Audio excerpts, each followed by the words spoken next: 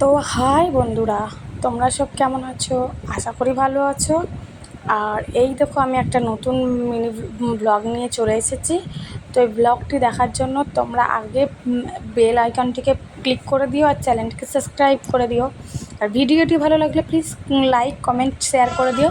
এই দেখো, আজকে শুভ রথযাত্রা। তো সবাইকে আমার তরফ থেকে শুভ রথযাত্রার শুভেচ্ছা।